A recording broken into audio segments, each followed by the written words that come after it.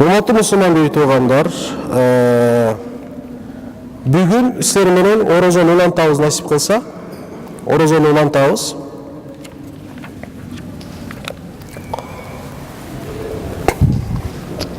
Өткөн жумада орозонун аныктамасын бердик. Орозо деген эмне? Орозо кимдерге парз, кимдерге важип болуп эсептелет? Ниет деген маселеге токтолгон элек. Ниет деген эмне? Ниеттин маңызы кандай? Ошолорун өткөн жумада түшүндүргөн болчук силер менен. Орозонун өкүмү, урматтуу туугандар. Орозонун өкүмү эмне дегенде, орозонун өкүмү адам баласы орозо айы келген учурда ошол орозо кармоого милдеттүү болуп эсептелет, анын мойнунда парз болуп эсептелет. Ошол орозо кармаган киши 30 күн толугу менен орозо кармаган киши орозо милдетинен кутулган болот. Алла Таала ошол милдетти жүктөдү, ал милдеттен кутулган болот. Милдеттен кутулат, экинчи өтө чоң соопторго ээ болот. Өтө чоң соопторго ээ болот. Бул сооптор тууралуу Расулуллах саллаллаху алейхи ва салламдын хадиси бар, билесиңер. Эмне дейт? Аллах субханаху ва таала айтат. Сооп, баягы орозонун сообу маселесинде адам баласы амалдарды кылат, ошол амалдардын баардыгын периштелер эмне кылат, эсептейт. Бирок орозонун сообун периште дагы эсептей албайт. Демек ошончолук чоң бир соопко ээ болобуз иншалла. Ошондой чоң бир соопко эмне болобуз? Ээ болобуз. Китепти улантып атабыз. Янкасиму ссауму иля ситтати аксамин. Орозо 6га бөлүнөт. 6 түрдүү орозо бар. Биринчиси фарз орозо. Экинчиси важип орозо, үчүнчүсү сүннөт орозо, төртүнчү мандуп орозо, бешинчи нафил орозо, жана алтынчысы макрух орозо. Демек канча түрдүү орозо бар экен? 6 түрдүү орозо бар экен. Фарз, важип, сүннөт, мандуп, нафил жана макрух болгон орозо. 6 орозо бар. Буларды өзү ар бир мусулмандын балагатка жеткенден кийин ар бир мусулмандын билүүсү зарыл болгон кээ бир түшүнүктөр бар. Ар бир мусулман буларды билиш керек. Мисалы, парз деген түшүнүктү өтө жакшы билиш керек. Важип деген түшүнүктү өтө жакшы билиш керек. Сүннөт деген түшүнүктү өтө жакшы билиш керек. Мустахаб деген түшүнүктү өтө жакшы билиш керек. Макрух деген түшүнүктү аябай жакшы билиш керек. Арам деген түшүнүктү өтө жакшы билиш керек. Мандуп дегенди аябай жакшы билиш керек. Нафил дегенди өтө жакшы билиш керек. Мубах дегенди өтө жакшы билиш керек. Мына бул түшүнүктөрдүн баардыгы китептерде афалул мукаллафин деп аталат. Мукаллаф деген сөз дин амалы, дин өзүнө жүктөлгөн кишинин билүүсү жана билүүсү аткаруусу зарыл болгон эмне кыймыл аракеттер бар. 24 саат ичинде момун мусулман, урматтуу туугандар, 24 саат ичинде момун мусулман же парз кылат, же важип кылат, же сүннөт кылат, же мандуп кылат, же макрух кылат, же арам кылат, же мандуп кылат, же мубах кылат. Түшүнүп атасыздарбы? Биздин 24 саатыбыз ошол кыймылдардан ибарат болуп эсептелет. Ар бир мусулмандын билүүсү зарыл. Пайгамбар саллаллаху алейхи ва саллям айтат го: "Талабул илми фаридатун аля кулли муслимин ай муслиматин." Мусулман аял болсун, мусулман эркек болсун, илим алуусу ар бир мусулмандын милдети болуп эсептелет. Парзы деп пайгамбарыбыз айткан. Ошол парз эмне? Алым болуусу парз эмес. Алым болуусу парз эмес. Өзү болгон абалда өзүнө тийиштүү болгон маселелерди билүүсү парз болуп эсептелет. Мисал дейин. Сен сода сатык менен такыр алектенбейсиң. Сода сатык деген нерсе сага тийиштүү эмес. Сен бир жерге барасың, сенин белгилүү бир адистигиң бар, ошо адистик боюнча барасың, жумушуңа барасың, жумушуна саат 8:30-дан башталат, 5:30-га чейин иштейсиң, кайтасың, бүттү. Соода сатык маселесин, соода тижарат, соода кандай кылыныш керек, ошол илими сага парз болобу? Сага парз эмес ал. Бирок те Ош базарда, те Дордойдо, түшүнүп атасыздарбы? Базарда соода сатыкты алектенген инсандын соода сатыкты шариат боюнча кандай жүргүзүүсү, илимин алуу буга парз болуп эсептелет. Ошол сымал, мисалы балагатка жеткен инсан, анын мойнунда ошол маалда дароо эмне парз болот? Мисалы 5 убакыт намаз парз болот. Ошол 5 убакыт намаздын илимин өтө жакшы бул адам алыш керек. Анын үстүндө парз болуп эсептелет. Ошол себептен алымдар ошол илимди пайгамбарыбыз айтпадыбы? Талабул илми фаридатун. Ошол илим алуусу парз болуп эсептелет. Бул илимди алымдар илмул хал деп атап коюшкан. Илмул хал. Хал деген сөздүн мааниси абал деген сөз. Абалдын илими дейт. Адам баласы кайсы абалда болсо, өзүнө тийиштүү кайсы маселелер бар болсо, ошол маселелердин үстүндө илим алуусу парз болуп эсептелет. Алардан бирөөсү эртең бир айдан кийин эмне келет? Ороз айы келет. Ороз айы бизге парзбы? Мисалы парз. Парз болбогон адамдар да бар. Өткөн жумада айтканбыз. Мисалы парз болду. Демек бул орозо илимин бизге алуу эмне болуп эсептелет экен? Парз болуп эсептелет туугандар. Бирок бул орозо илимин жакшы түшүнүү үчүн биз негизги ошол мукаллафтын жоопкерчиликтүү болгон, динден жоопкерчиликтүү болгон, бул балагатка жеткен бир инсандын билүүсү зарыл болгон эмнелер, түшүнүктөр, терминдер, сөздөр бар деген сөз. Түшүнүктүү. Мисалы биз бирөө келип сага сураса, парз деген эмне дегенде, кантип жооп бере аласың? Мисалы бирөө келет сага сурайт, важип деген эмне? Кантип жооп бере аласың? Же бирөө сурайт, парз менен важиптин айырмасы эмне? Же бирөө сурайт, сүннет, мандуп, мустахаб, булардын бул эмне? Булардын бир-бир айырмасы эмне? Эки түрдүү макрух бар. Бир макрух танзихи бар, бир макрух тахрими бар. Макрух, бул эки макрухтун эмне айырмасы бар? Мисалы бул эки макрух маселесине келгенде өтө чоң каталарды кылат инсандар. Макрух дегенде кыргызчада көбүнчө макро деп коебуз. Эми жемеленген бир амал. Жакшы эмес кылсаң деген сөз. Жакшы каралбайт деп которушат бул нерсени. Эчтеке эмес экен бул. Жакшы каралбаган бир амал экен деген маанисинде. Бирок макрух тахрими дегенде алымдар айтат, тахрими болгон макрухтун арамдан эч кандай айырмасы жок, бир эле айырмасы бар дейт. Арам менен макрух тахримдин айырмасы бир эле. Калган жатта бар да окшош. Айырмасы бир эле. Харам болгон бир нерсенин, динде арам болгон бир нерсенин арамдыгын танган инсан, арамдыгын четке каккан инсан эмне болот? Динден чыгып кетет. Мусулман болбой кафир болот. Мисалы, бир мисалы арам болгон аракты мисаллайы. Арак арам.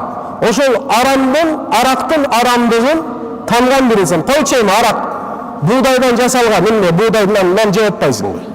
Нан жеп атпайсың. Бул да нан да ошол buğdayдан жасалган бир дарак. Кечиресиңер. Бир арам болгон бир нерсе. Рахмат. Арам болгон бир нерсе. Эчтеке болбойт. Деген болсо эмне кылды? Арамдыгын эмне кылды? Танды, туурабы? Четке кактыбы? Бул инсан кабыр болот. Эми тахрими болгон макрухту. Макрухта эки түр бар. Тахрими болгон макрухту четке каккан инсан динден чыкпайт, арам кылган болот. Арам кылган болот, бирок динден чыкпайт. Мусулман болудан калат. Айырмасы бир эле. Ошол эле айырмасы. Мындай караганда эч кандай айырмасы жок. Тахрими макрух менен арамдыктын эч кандай айырмасы жок. Бирок бизде көбүнчө макрух боло берет деп эле амал кылып жүрө беришет. Танзихи макрухтан бир адалга жакын макрух. Мына ошол жемиренген. Кылбасаң, аттин деген бир сөз кошот ал жерге. Аттин кылбай эле койсоң. Ал күнөө болуп эсептелбейт. Бирок жемеленет дейт инсан. Кыяматта барганда аттин деген нерсени угат ошол. Бушайман болот бекер ошону кылдым деп.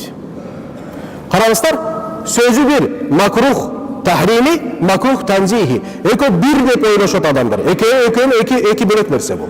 Ошондуктан силерге мен бір бағыт беріп жатам. Жақшылап тұрып үйреніш керекпіз. Жақшылап тұрып үйреніш керекпіз. Иншалла. Демек, dedik 6 türlü oruzo var dedik. Birincisi farz bolğan oruzo, ikincisi vacip bolğan oruzo, üçüncüsü sünnet bolğan oruzo, dördüncüsü mandup bolğan oruzo, beşinci nafil bolğan oruzo, altıncı makruh bolğan oruzo. Farz orozosuna kaysılar kireydi. Farz orozosu. Emmel fardu fehuve savmu ramadana. Farz bolğan orozo Ramazan ayında karmalgan 30 gün orozosu farz bolup esep beredi. Adaen ve kadaan ayırması yok. Öz vaktısında atkarıldığı, je kandaydır bir sebeplerdi olan vaktinde atkarılbay kiyinçerek kazaga kalgan orozo bolsa dağı. Düşünüktü mü? Ramazan ayında orozo karmay albagan bir insan ayırması yok. Ayal olsun, erkek olsun. Ayal zat belgili sebeplerden olan orozo karmay albay kalsa, anın kazasını kılat. Namazın kazasını kılbayıp bilesizler, he? Ha? Etek kiri gelgende okuyan namazın kazası yok. Bırak orozonun kazası var. Oşun için orozo Ramazan ayında orozo karmay albagan insan bu orozonu emne kılış gerek? Giyinki kündörde toluktaş gerek, moynunda parz bolup eseptirет. O vakit söttü karmalayına koysan bolup degen nerse yok tuğanlar. Düşünüktü. Andan giyinki osayımul kaffarat. Kaffarat orozoları var. Kaffarat orozo bu caza orozoları desek болады. Caza orozoları. Misali ant içtin. Bir desege vallahi dedin misali. Bırak jalgan söyledin. Ant içtin, antın çin emez jalgan boldu. Oşonun kaffaratı var, cazası var. Kança gün orozo karmaş gereksin? 3 gün katarmen orozo karmaş gereksin.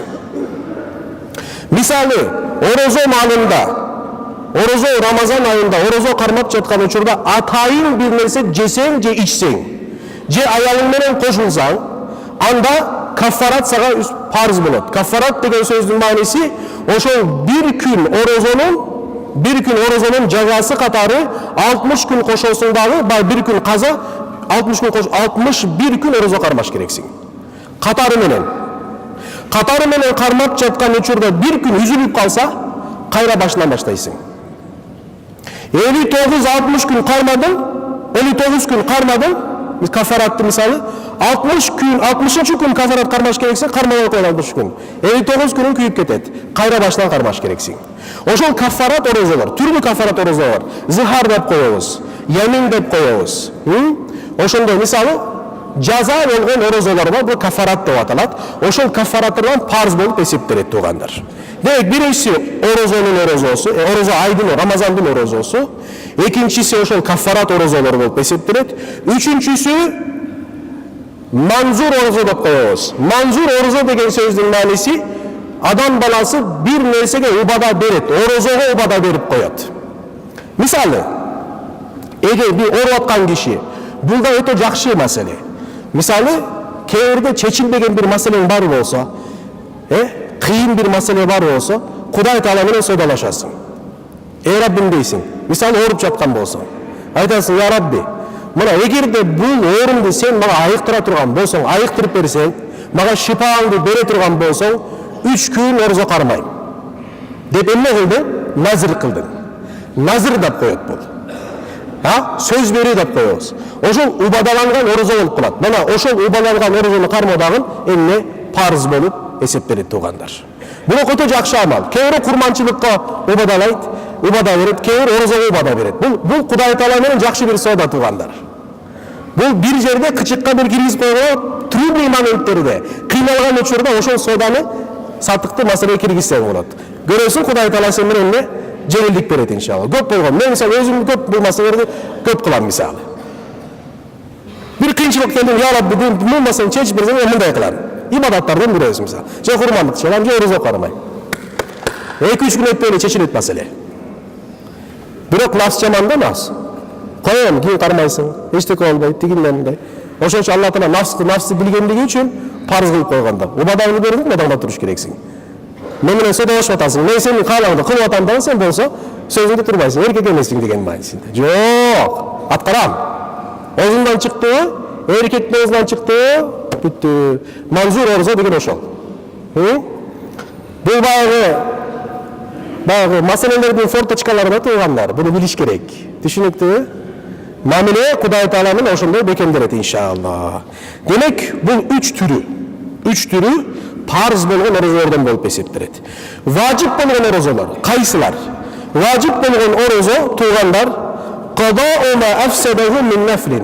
Nafil bolğon kaysı kandaydı bir nafil orozonu başta alıp durup belgili sebeplerden ulantalbay buzulgan bolsa oşol orozonu kayra karmaş farz emes vacip bolup eseptireti. Vacip bolup eseptireti. Vacip menen farzın ayırması var o tuğanlar, hiç kандай ayırması yok. Ayırması bayağı makruh menen haramdın siyaktı. Bir ayırması var. Farzlığın tanıgan kişi kapır bolup, vaciptigin tanıgan kişi kapır bolboyt. Düşünüktü mü? Kalgan jattan buyruk büttü. Misalı tigi kuptan namazın farzın okuysun. Kuptan namazın farzın okuya koysun, emme kılgan bolosun? Emme kılgan bolosun? Жақсы iş kıldın mı? Yok. Oşol jerde haram kıldın. Haram kılgan bolosun. Farz oşol kuptandı okuduğun dağın vitr vacip var. O kuptandan keyin 3 rakat vitr vacip var. Oşol vitr vacip tap koyuyoruz. Vacip. Ökümü vacip oşol vitr vacip tap koyuyoruz. Ne için biz vitr vacip dep aytабыз аны? Vitr dep koyuyoruz. Emede Şafilerde bu vitr vacip emas. Bu vitr sünnet bularda. Bizde vacip. Bularda sünnet. Oşol vitr vacip taştap koysa emme kılgan bolosun, farzı taştaganlık günөөсүнөн azın. Oşol haram kılgan bolosun. Vacipti taştaganlık, farzı taştaganlık ökön bir ayırması yok. Haram bolot. Ayırması bir gana tanуу masalesinde. Vaciptin vaciptin zarıldığın tanıgan kişi kapır bolboyt, haram kılgan bolot. Farzlığın tanıgan kişi olsa daro dinden çıkıp ketip tövbe kılış gerek. Ya Rabbi tövbe, hayra dinge la ilahe illallah Muhammed Resulullah dinge giriş gerek. Ayırması oşol. Ayırması yok. Demek vacip bolğon orozo kaysı orozo başlangan bir nafil orozonu taştap koygan bolsa, buzup koygan bolsa kayra karmaş bu gayrını vacip bolup eseptirет. Misalı nafil bir orozonu başladı. Nafil degen sözdün manisi farz bolğon. Sünnet orozo olsa ayırması yok. Mandup orozo olsun ayırması yok. Mustahap orozo olsun ayırması yok. Nafil orozo olsun. Farz cana vacip orozodan farz, vacip, kafa. Farz bolğon, vacip bolğon orozolardan başka. Düşünüktü mü? Bunun ne olup kayra karmaş? Ne olur? Vacip bolup eseptilet. Misalı birinci cana 4. günü köyünçü orozo karmayız. Turalı? Birinci cana 4. günü ne bulağız?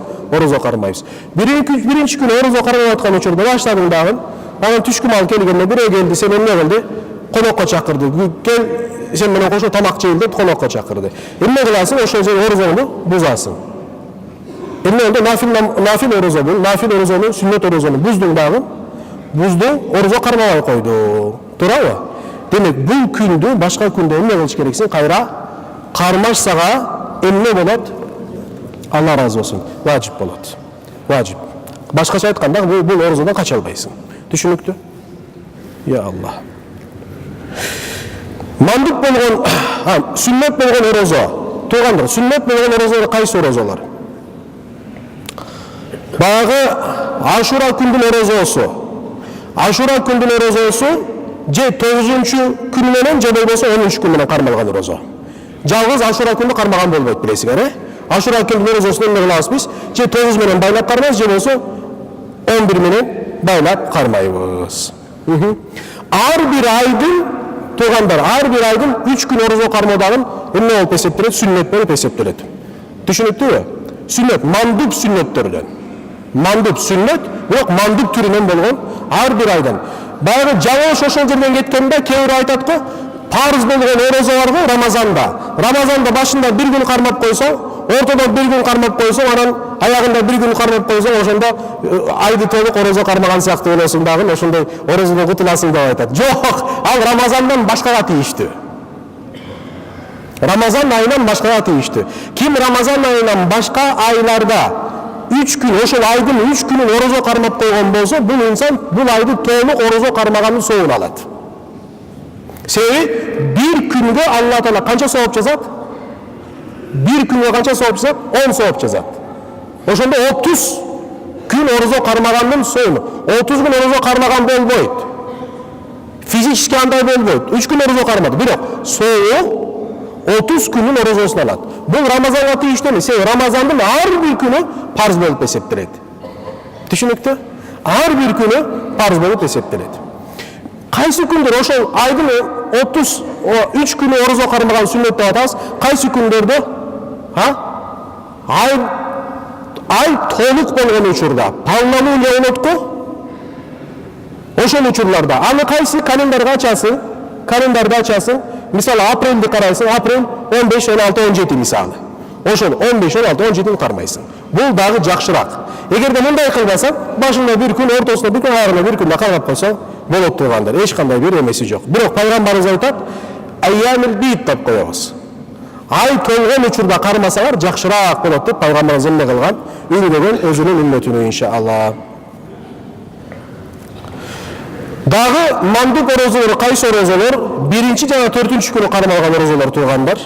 Андан кийин Рамазандан кийин келген Шаввал айдын 6 күнү орозо кармоо сүннөт болуп эсептелет. Бирок бул 6 күндү дароо Рамазандан кийин кармасак да болот.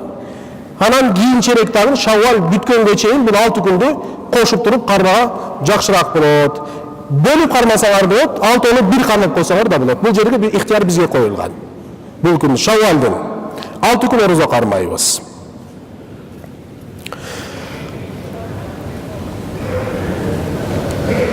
Жана сүннөттө пайгамбар саллаллаху алейхи ва салламдын сүннөтүндө кайсы бир орозого үнделген болсо, ошол орозого сооп берилет деген бир күндөр, хадистер, ошол далат кылган хадистер бар болгон болсо, ошол орозолорду кармаш, ошол күндөрдү кармаш сүннөт болуп эсептелет. Түшүнүктүүбү? Мисалы, орозонун эң жакшысы пайгамбар алейхиссалату вассалам айтат, Давуд алейхиссаламдын орозосу деп айтат. Давуд алейхиссаламдын орозосу. Давуд алейхиссаламдын орозосу бир күнү кармап, бир күнү ачат эле Давуд алейхиссалам. Өмүр бою ошол орозо кармачу. Бир күн орозо, эртеси күн озун. Бир күн бек, бир күн ачык. Бир күн бек, бир күн ачык, бир күн бек, бир күн ачык болуп туруп, ошону бул эң жакшы орозо. Алла Таала эң сүйгөн орозосу бул болуп эсептелет. Пайгамбар саллаллаху алейхи вассалам Давуд алейхиссалам орозосу Алла Тааланын эң сүйгөн орозосу деп айткан хадисинде туугандар. Эми нафил болгон орозо кайсы орозолор? Нафил болгон орозолор туугандар. Пайгамбар саллаллаху алейхи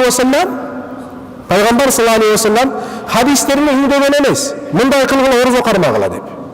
Бирок экинчи ал күндөрдө дагы орозо кармаш макрух эсептелбеген орозолор болуп атат. Башкача айтканда, сен өзүң бир күнү мындай ачасың, каалайсың. Мен бир күн келди, мисалы, эмне кылып атасың? Мисалы 3-күн дейли. Аптанын 3-күнү. Аптанын 3-күнү келди, эртең менен турдуң, оозуңа эчтеси ала элексиң. Анан жүрөгүңө келди, бүгүн орозо кармасам экен, кандай болот деп, мисалы жүрөгүңө ошо бир каалоо келди. Сүннөттө жок. Хадисте жок, 3-күн орозо кармайсың тигиндей мындай деп. Сүннөттө жок. Кармабаш керексиңби? Жок. Кармабаш керек деген нерсе жок, кармасаң болот. Экинчи жак карайсың. Кайсы жакка карайсың? Бул 3-күнгө тийиштүү орозонун макрух экендигине бир далил барбы? Бар болсо кармабайсың, жок болсо кармайсың. 3-күнгө эч кандай бир далил жок. Мисал дейм да. 3-күн орозо кармаганың эмне болуп эсептелет? Нафил болуп эсептелет. Түшүнүктүүбү? Мисалы жума күнү эртең жума дедиң, жума күнү турдуң, жума күнү орозо кармайм дедиң, мисалы. Сүннөттө жума күнү орозо кармагың деген бир нерсе жок. Түшүнүктүүбү? Анан экинчи жагына карайсың. Макрухтугу барбы? Ооба, макрухтугу бар. Себеби пайгамбар эмне деди? Жума күнү бөлүп өзүнчө орозо кармабагыла деген буйругу бар. Демек бул орозо эмне болбойт? Кармалбайт деп атат. Түшүнүктүүбү? Демек нафил деген сөздүн мааниси сүннөттө эч кандай кармоого каршылыгы жок. Каршылыгы жок. Жана кармалгандыгына эч кандай да үйүндө болбогон бир орозо болуп эсептелет. Билбейм, түшүндүрө алдымбы, түшүндүрө албадымбы? Бул нафил орозо. Эми макрух болгон орозо. Эки түрдүү макрух болгон орозо бар. Макрухун танзихан ва макрухун тахриман. Эки түрдүү орозо бар. Биринчиси танзих болгон макрухка тийиштүү болгон орозо. Бул кайсы? Ашура күндүн орозосун өзүнчө кармаш. 11-ге байлабай же 9-га байлабай өзүнчө бир күн кармаш макрух танзихи болуп эсептелет. Tahrimi makruh bolsa, bu kaysı orozolor? Ayet günleri karmagan orozolor. Orozo ayet günü orozo karmagan insan tahrim makruh kılgan bolot. Kurban ayet günü orozo karmagan insan tahrim makruh kılgan bolot tuğanlar. Anan ayyamet teşrik dep koyabız. Kurban ayet günleri, ayyamet teşrik, kurban ayet günleri de orozo karmagan makruh bolup eseptiret. Tahrimi makruh. Kança gün olanat? Kança gün? 3 gün ulanat. Düşünüktü mü? Oşul 3 günde önüne orozo karmagan bolot. Ayyamet teşrik dep koydu. Araplar teşrik dep atagan sebebi kurmandıklar çalıngandan keyin, kurmandıklardı soygandan keyin etlerin emmegen üstü günde kaktatıp kurgatçı. Oşol kaktatıp kurgatkanda ayyamet teşrik dep koydu. Kaktatуу günü bolup kalat da, etti kaktatуу gündörü 3 gün ulanat da bu mesele. Et köp tende kılış керек eme. Jep tuра албайсың. Men öyle atam, eğer de Kırgızistan'a İslamiyet düşkün bolsa, bizden başlagan bolsa, biz ayyamet teşrikti, oşol ayyamet teşrikti et kaktat emes, biz kuurdak günü dep koyat elek, Ya, kuurdak gündörü deyt elek da. Ayyamet teşrikti. 3 gün kuurdak üzülbeyt da. Kaç yerge barsaң et. Elhamdülillah. Subhanallah.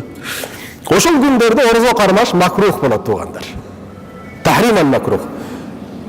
İbn-i Uman siyaktı öte çok alımlarımız bu iki ayet gündöründe orozo karmaş, anan ayyam-ı teşrik oşol kurdak gündörde orozo karmaş, düşünüptü haram degen.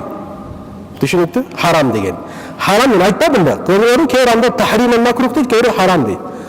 Ayırması dene çok bulardan. Negizin ayırması dene çok.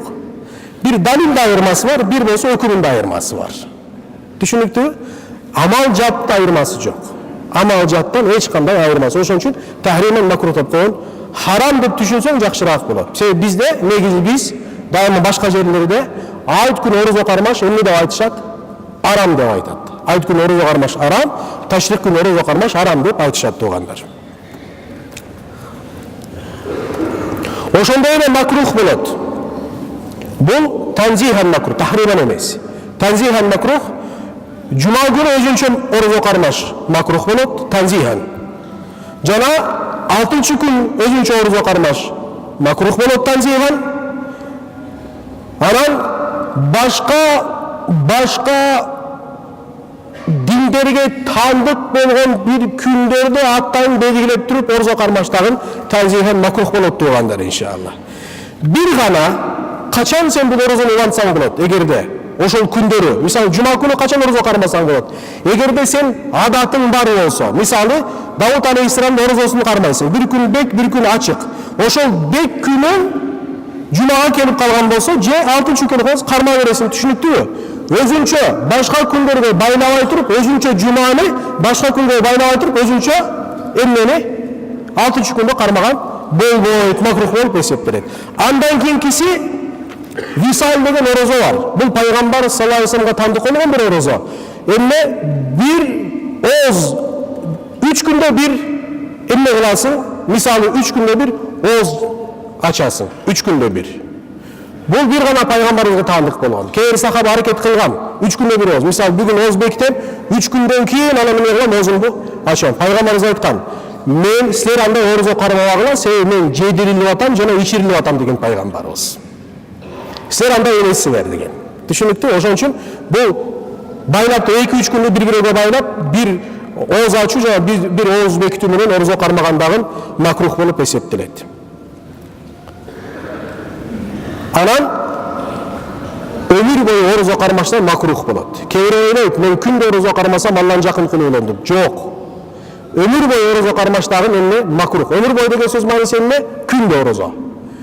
Күндө orozo. 30-65 günde orozo. Düşünüktü mü? Bu makruh bolat. Emmege degende iki sebepten. Birinci sebebi bu adamı alsıratıp koyat, birinci sebebi. Экинчи себеби ибадатын адатка айлантырып коет. Нафсын көндүрүп коет орозого. Түшүнүктүү? Нафсын орозого көндүрүп коет дагы ибадат болуудан чыгып кетет. Ибадат болуудан чыгып кеткен бир амал адат деп аталат. Адаттын болсо эч кандай сообу жок тургандар. Адаттын эч кандай сообу жок. Ошол адам ар бир күнгө болсо Алла үчүн ниет кылып туруп, өзүнчө орозо кармаш керек болуп калат. Ошон үчүн сауму дахри макрухун деп келет. Күндө орозо кармаш макрух болуп есептелет тугандар. Субхана раббика раббил иzzati amma yasifun ва саламун алал мурсалин. Алхамдулиллахи раббил аламин. Бирахматика я